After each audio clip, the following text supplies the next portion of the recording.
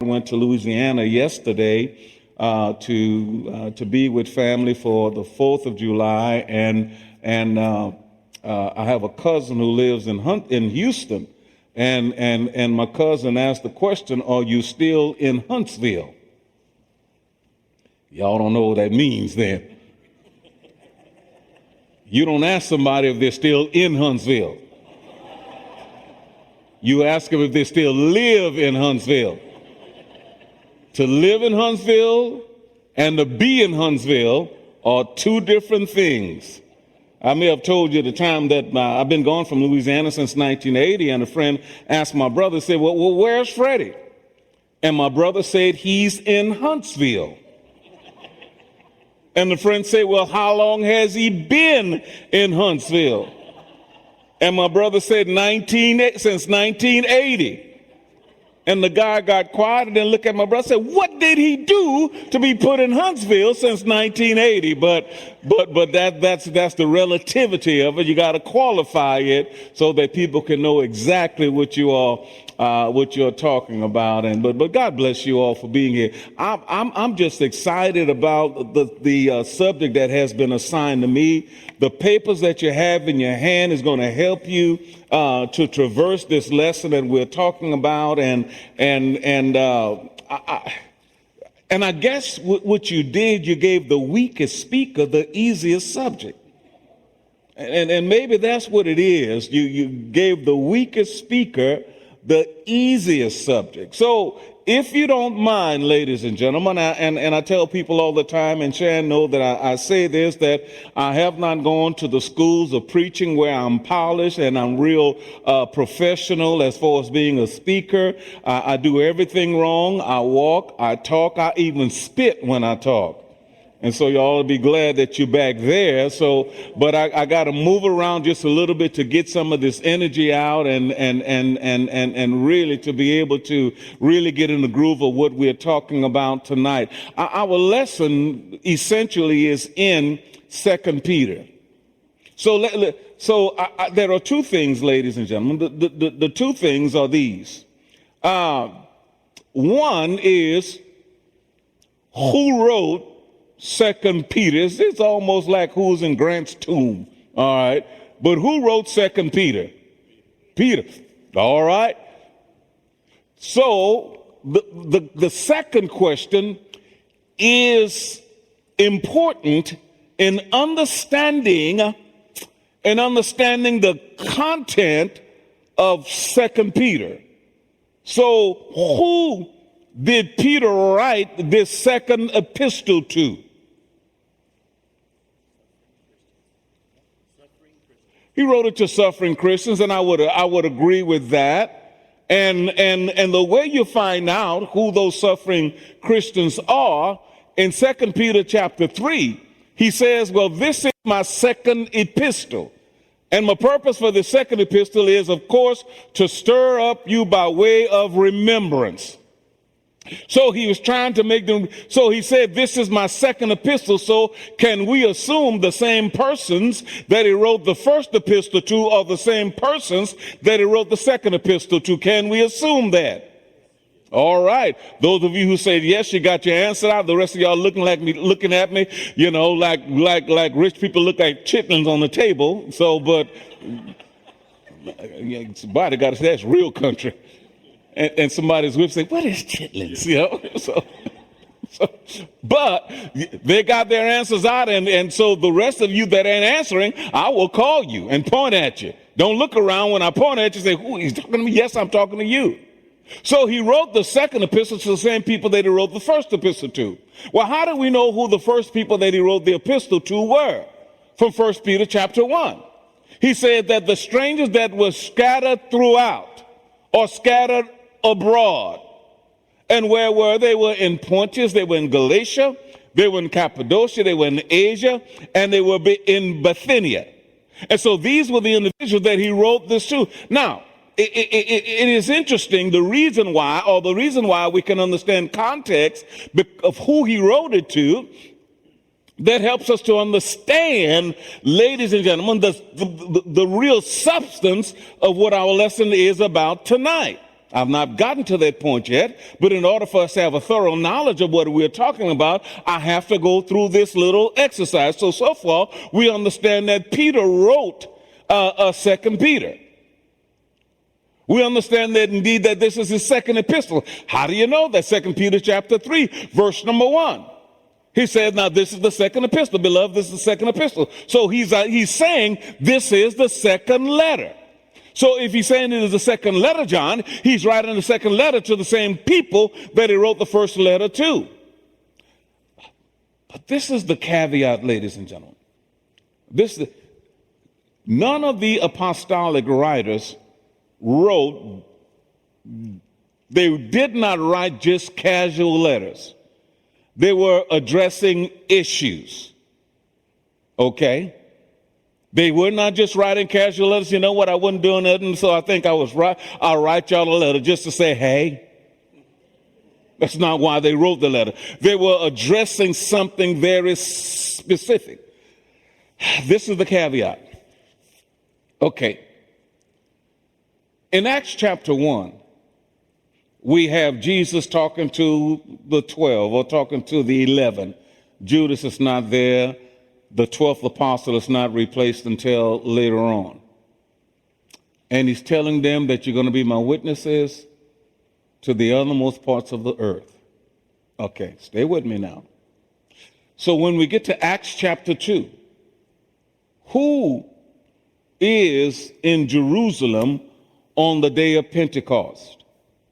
Who was in Jerusalem on the day of Pentecost? Say it again. Those apostles are there. Okay. But who came to Jerusalem for the day of Pentecost? The apostles were told not to leave Jerusalem until they received power, after which the Holy Ghost has come upon them.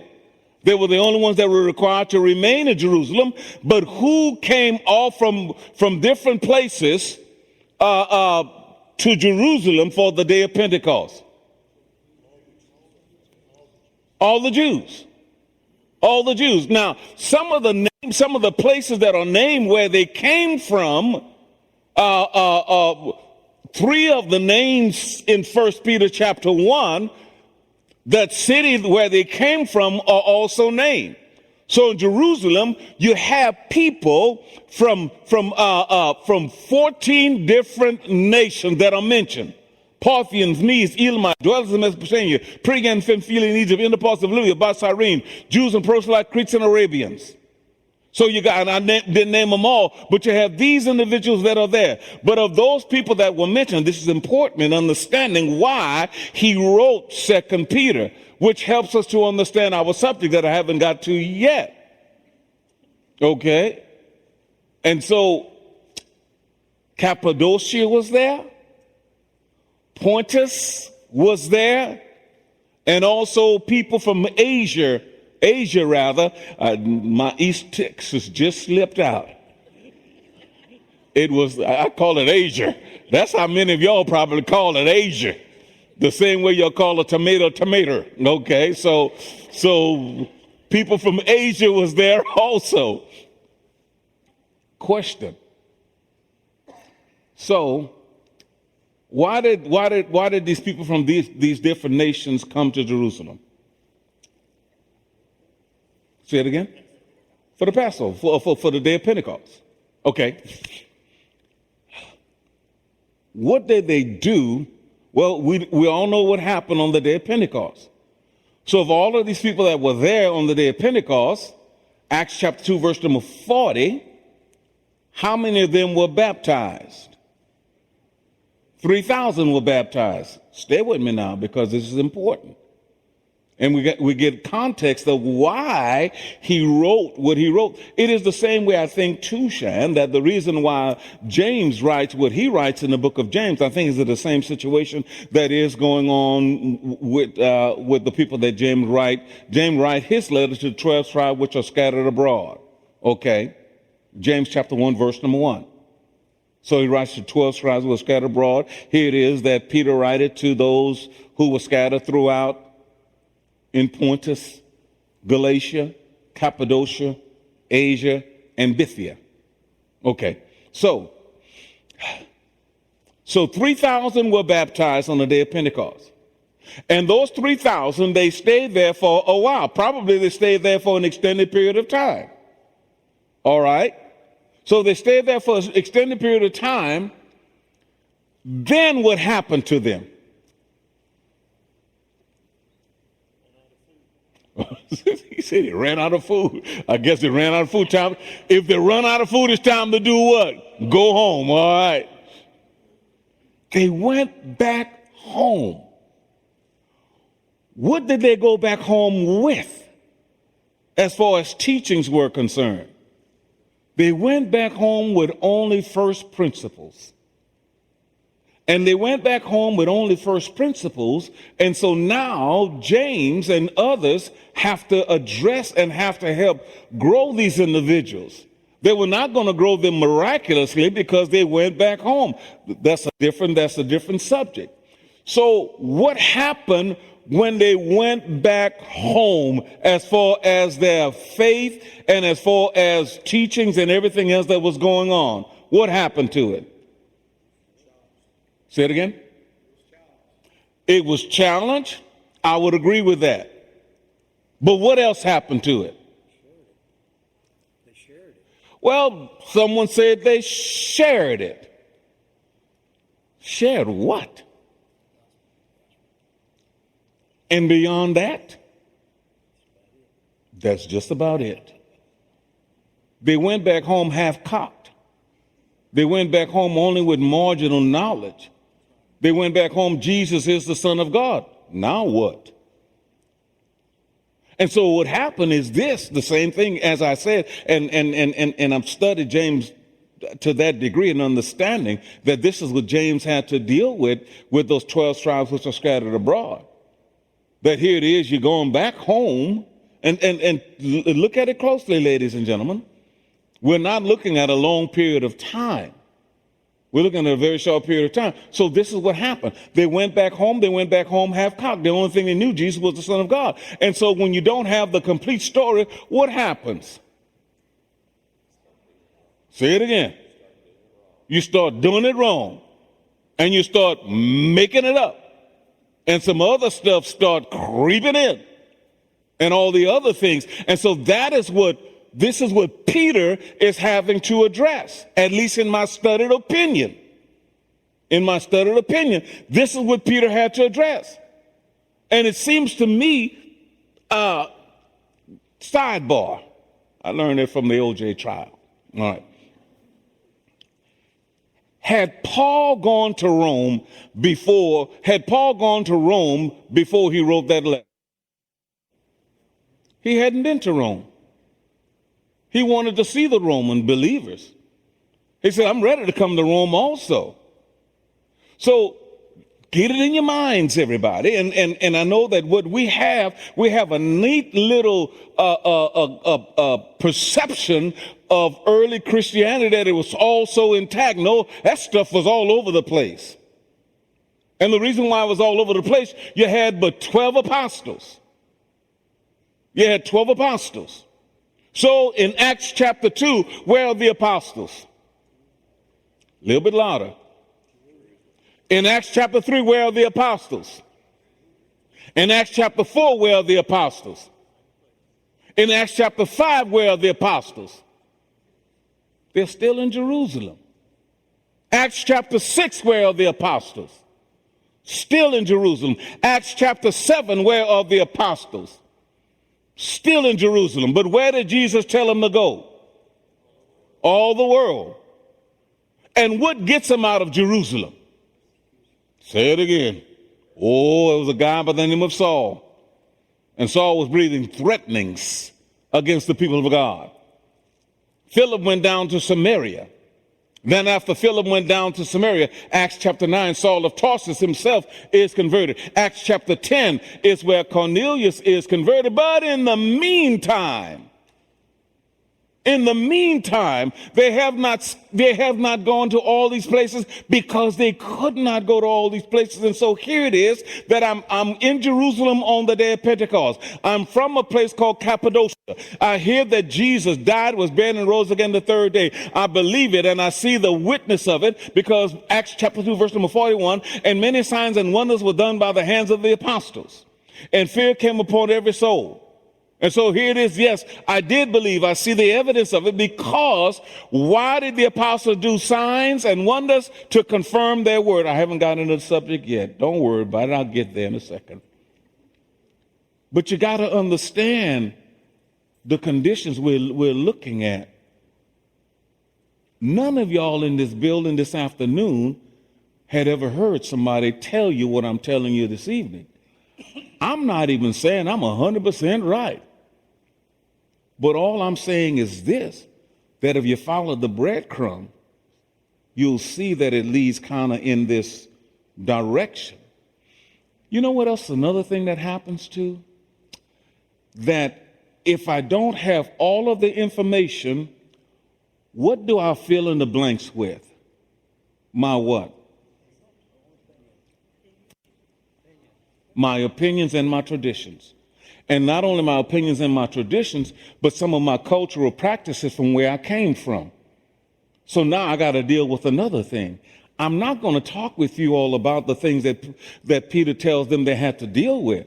In fact, they're having to deal with some scandalous teachings, some false teachings, because they took even the words that the Apostle Paul had written to them, which things Peter said are sometimes hard to be understood. But even as they do the other scriptures, they twist them and they wrest them. That's what the King James Version says. And they do that because what we do when you have something that you don't have, when you have a blank there, you're going to make that stuff up. And that's what was going on with them. In such a situation, Peter begins with 1 Peter. We're talking about knowledge. Now, I'm not bleeding over others who are going to be talking about their subject. I'm going to stick with my subject, okay, in verse number 5.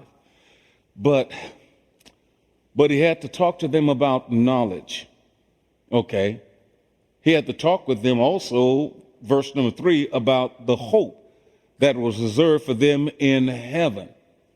Then he had to talk with them about knowledge.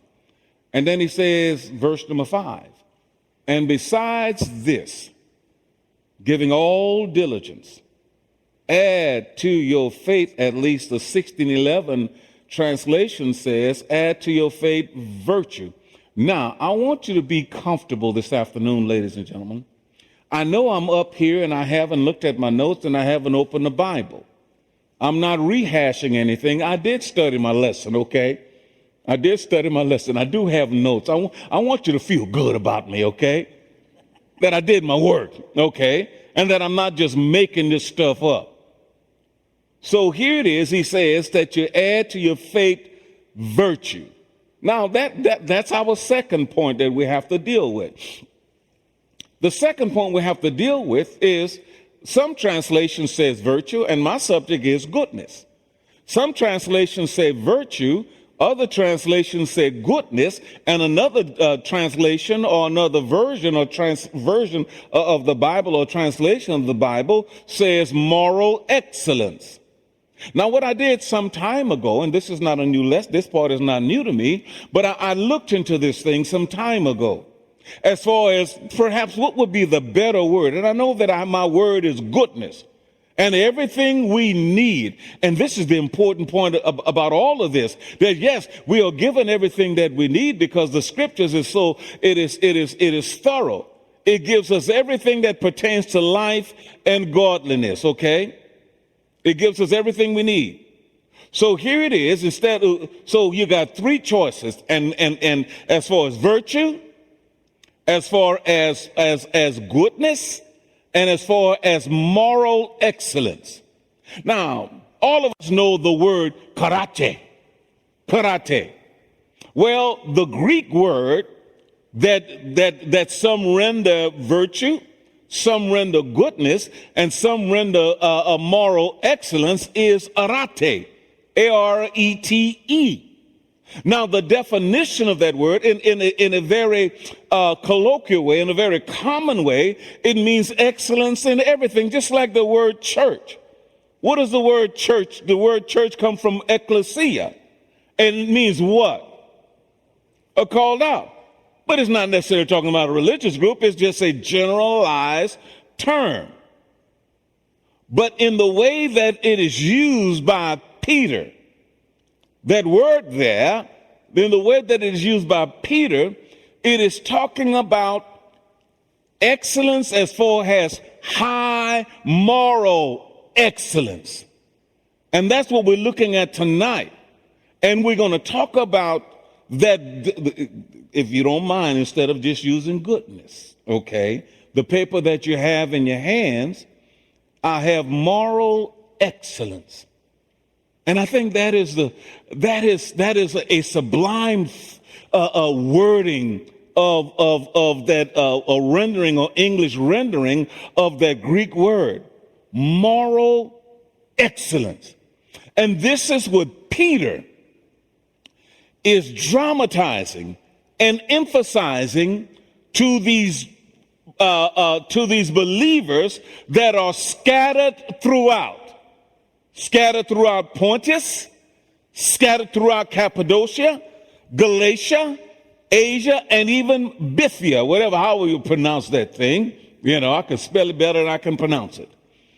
But this is what he is talking about as far as this, what he wants.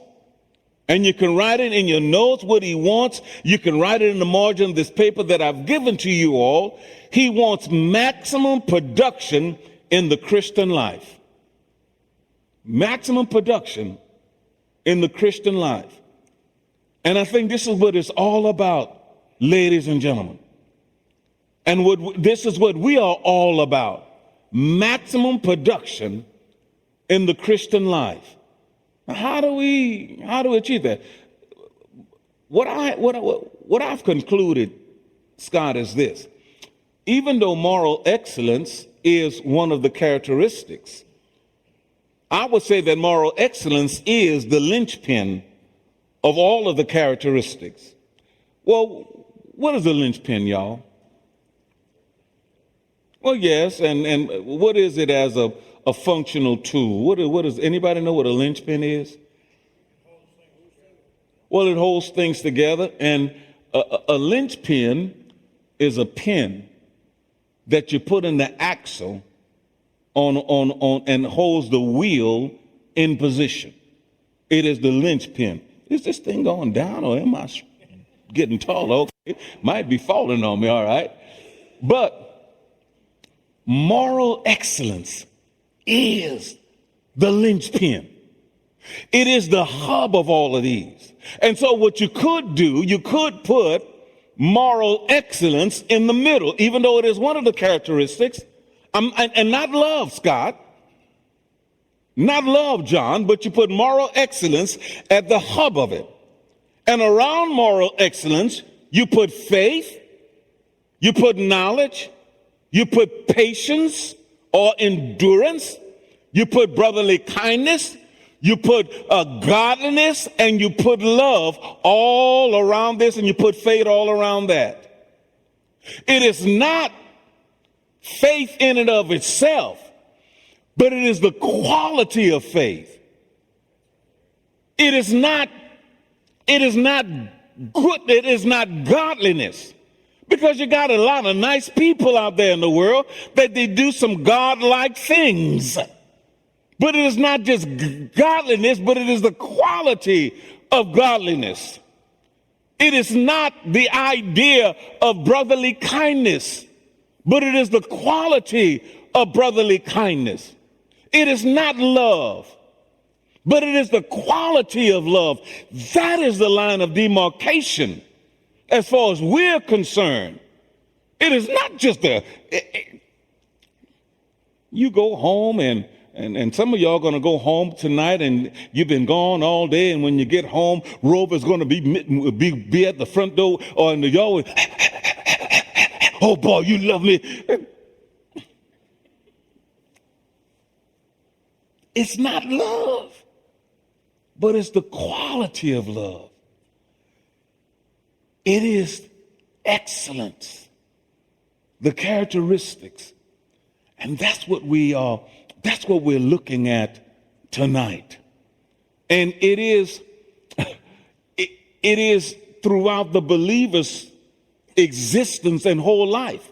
In the believer's vocation, in the believer's avocation, and the believer's recreation. Well, what do I mean when I say the believer's vocation? Other than y'all, somebody over there. When we say it again, your job, the work you do. And then what is an avocation? It's your hobby.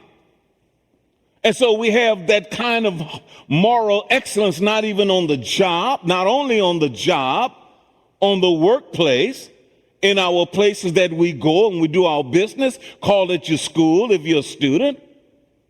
Call it your business if you are a part of a business. That same moral excellence has to be there too. This is what he's trying to pull out of these believers. The maximum that he can get out of the believers. And then even in our recreation. Even in our recreation.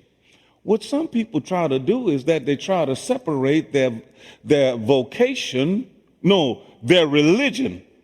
from their avocation, their recreation, and their vocation. That's church and this is business here. Peter's saying it don't work that way. That dog don't hunt. And I had a guy one time, Shannon, when I said that dog don't hunt, he told me after this, a dog don't hunt, you don't take him to the woods. So that dog don't hunt. It is in everything that we do. I go back and say what I said. It is not just in faith, but it is the quality of faith. It is not just in knowledge, but it is in the quality of knowledge. It is the excellence of that. It is getting the maximum production in the Christian life. Peter is not the only one saying this. He's not the only one saying this. Y'all help me with this one. Romans chapter 12, I beseech you, therefore, brethren, by the mercies of God, that you present your bodies a living sacrifice, what? Holy and acceptable unto God, which is your reasonable service.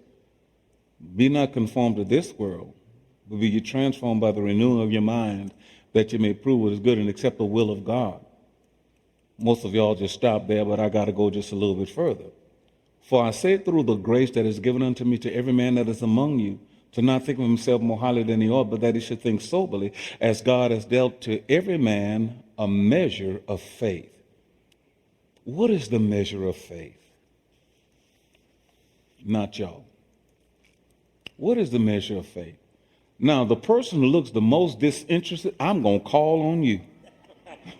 So you need to fake and make yourself look like you are interested. What is the measure of faith? What is the measure of faith?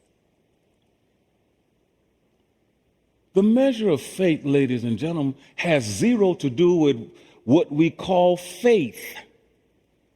It has everything to do with the various gifts that are given. How do you know that, Anderson? 2 verses later. He says, therefore, having gifts differing according to grace that is given unto us. So what he's saying is that he's trying to get the most out of all of us. So you got to ask a question, answer a question tonight. You know, well, Scott, what time is it? I got 10 minutes. No, Scott said I want 15, go ahead. All right, that's him, all right. Y'all are leaving 10, but he and I stay for 15. But the question comes up, brothers and sisters, and every one of you here tonight, when it says moral excellence, are you performing at your maximum ability in Christ. That's the bottom line. And this is what he's telling those believers that were scattered in those five different cities. That your moral excellence, it mandates, it demands, it requires. Another definition of that word, orate, another definition of that word is this. It says that the full realization of the potential or inherent function. Are you performing at your maximum abilities? And that's when the preacher gets up, that's what he's targeting. He's trying to pull that out of all of us. And elders, if you watch over souls, and Hebrews chapter 13 says you're going to have to give an account of everybody, you got to pull it out of everybody. Nobody gets to sit on the sideline and watch the parade goes by. High moral excellence. So, are you functioning at that level, let's say, in your patience? Are you functioning at that level? Are you functioning at that level where the maximum production in your God-likeness, your Christ-like characteristics, are you functioning in that as far as brotherly kindness is concerned? Are you functioning that way? When I get before God's judgment seat, I don't want God to just tell me, well done. I'm serious. This is me. Rest of y'all can settle on a well done. But you know what I want him to say? I want him to tell me you exceeded your capacity. Because this is the stuff you were born with. This is your environment you were raised in. These are your experiences. I want them to say you went beyond those things. That's supposed to be us. We are that people that are knocking at midnight. We're the ones that are knocking at midnight. And you want to know something? You cannot get something out of people if you're just going to settle with a gentle no. I'm in the bed. What did that man do there in the book of Luke chapter 11? The man came, some friends came. The disciples said, Lord, teach us to pray. And Jesus is teaching them how to pray. And then he gives them an example. And the example is, there was a man who had friends who came to visit him at midnight. And he was knocking on the door. And the man on the other side of the door said, go away. I'm in bed and my family is in bed with me. But what did the man keep doing? It's just the Church of Christ. Am I somewhere else? Y'all normally know the answer to those questions. What did the man keep doing? He kept knocking. Why did the man get up and give him bread? Say it again. Essentially. To shut him up or get rid of him. Because the man said, you know what? It was not, Jesus said it was not because he was his friend, but yet he would have kept on knocking. The King James Version has a word. The word that is there in verse number 8. The word that is there, the King James Version word, is importunity. And you know what importunity is? Importunity is, it is going at a thing even to the point of being annoying. That has to be us. And that's how we're going to get all of this goodness. You all were singing great tonight. It was beautiful tonight. Very, very, very melodious. Mellifluous. I don't have another M word, but it was good. Yeah. Good enough. In Luke chapter 18, verse number 1, Jesus says this, men ought always to pray and not faint. And then Jesus tells a story about a judge who didn't fear God and one that did not respect men. Who came to that judge and says, I want you to avenge me of my adversary. Who? A widow. The judge did not respect, he didn't fear God, and he didn't respect men. Did he give the widow what she wanted? Why? Say it again. She was persistent, even to the point of annoyance. This is what we want to pull out of everybody. It's not how you love. It's not just love, but it is the quality of love. It is the quality of love. Are we getting the maximum out of you in the area of love? And what about patience? Are we getting the maximum out of you as far as patience is concerned? I have to be honest with you. It's not COVID that still have people that have not back in assembly. It's patience. For 3 years they got in a habit, and then they've lost and the word patience does not mean simply waiting, but it means enduring. It means forbearing. Let me ask you, please, if you don't mind, let me ask you, do you have any questions? I know I've been sharing a whole lot with you. Do you have any questions on this? So far, are you clear on the Greek word and what that word means? It means excellence in a general sense of any kind.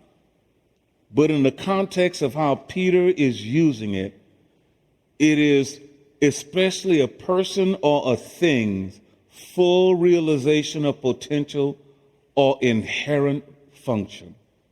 The moral excellence that Peter is trying to pull out of the people is that they really would excel in the moral will of God. And that's the target, and that's what he's aiming for. And I know you're thinking in your minds right now, and some of you have already done your process of evaluation. You've examined yourself and say, you know what, I'm not doing that. And this is what Peter is asking us to do. This is what Peter is asking them to do. You are way over there in Asia, but it's still required of you.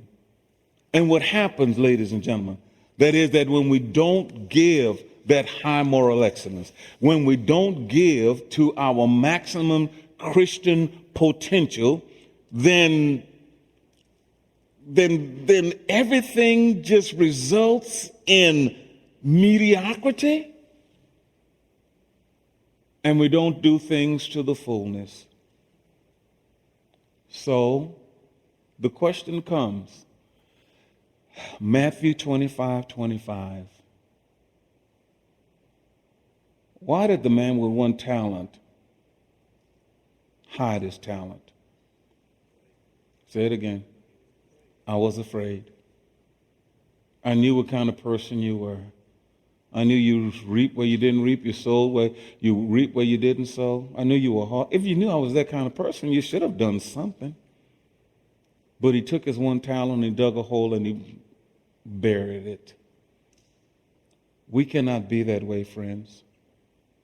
We have to find a way to achieve our greatest amount of output as far as our characteristics are concerned.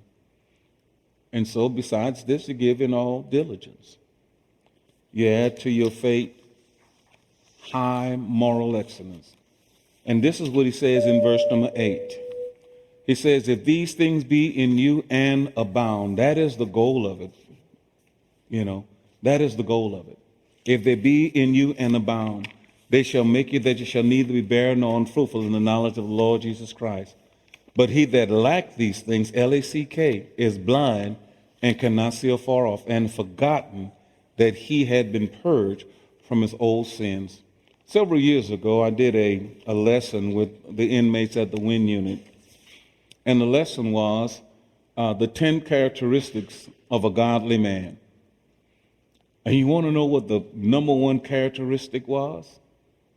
High moral excellence. Because if you have high moral excellence, you're striving for your maximum ability, your maximum output as a believer. I don't want God to tell me, Anderson, you had a whole lot left. Nope. Nope, nope, nope. And so that's why that widow, and Jesus he commended them, he commended the man for knocking at midnight. That's what you're going to get.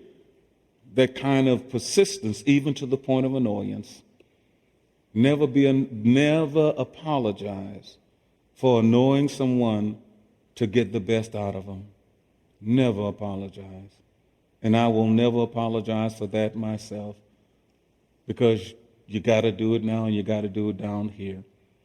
One more time, any questions about, any comments? I say questions. Anybody got any comments about what we said?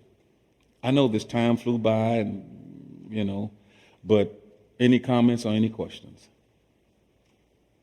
I appreciate you so very much, and hopefully we said something that may even cause you to ask more questions than answers that I gave. Go back and look at it for yourself. As far as that word that is translated in some translations, moral excellence, you'll see what the definition is, and you'll see what the intent of the Apostle Peter is. So understand that and understand it very well. God bless you. Thank you so much.